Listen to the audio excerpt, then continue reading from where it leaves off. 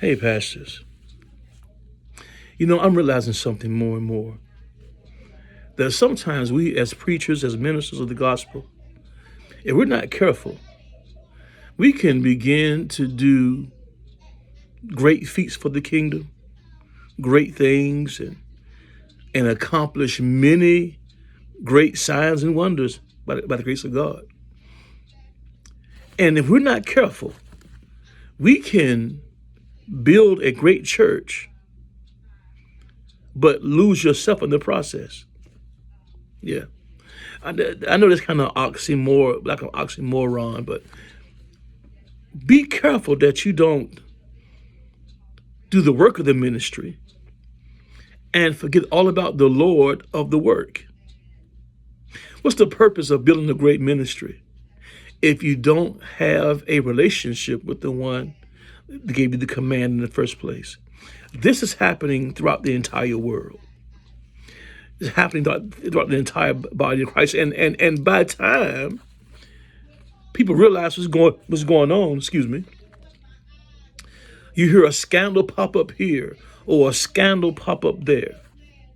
You hear about this one pastor maybe was doing something well. Next thing you know, they say they found him in the hotel with some lady or something else that was immoral. Why? Because it is possible to be anointed. It is possible to be gifted. It is possible to do all these things that we do and still lose ourselves. You can be powerful and your character can go out the back door, because after a while, if we're not careful, we can do a lot of building and we can lose the passion behind it. Many times, if you're real good at doing this, you can do it in your sleep. You can almost do it on automatic. Some people can just build churches. They can just organize. It's in their blood, and I understand that. That's not how I am, though. I need God for every listen. I need God for every step of the way. I'm not that good at these things. Without the Lord, I would jack stuff up. But some people, apparently, they're just good at what they do. That's wonderful. But it's not wonderful if you can do it in your own strength and God has nothing to do with it. That happens. Let's not mistake the success that people call success, and God will call it, and then God will call it a success. Hope I ain't talking in circles.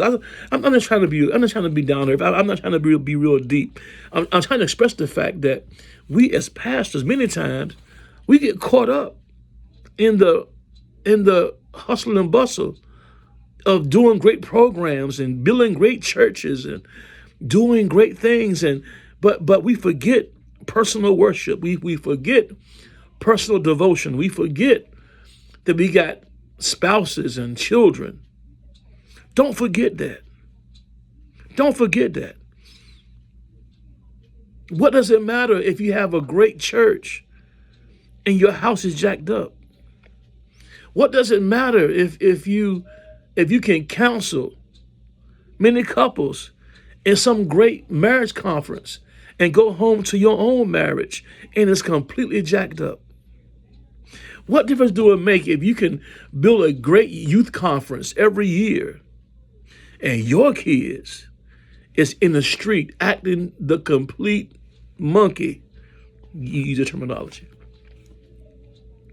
Pastors, I believe that God would have us, I believe that He would be more pleased if our house was stable, if our character was stable, if our mind was stable, and then we build out of that overflow.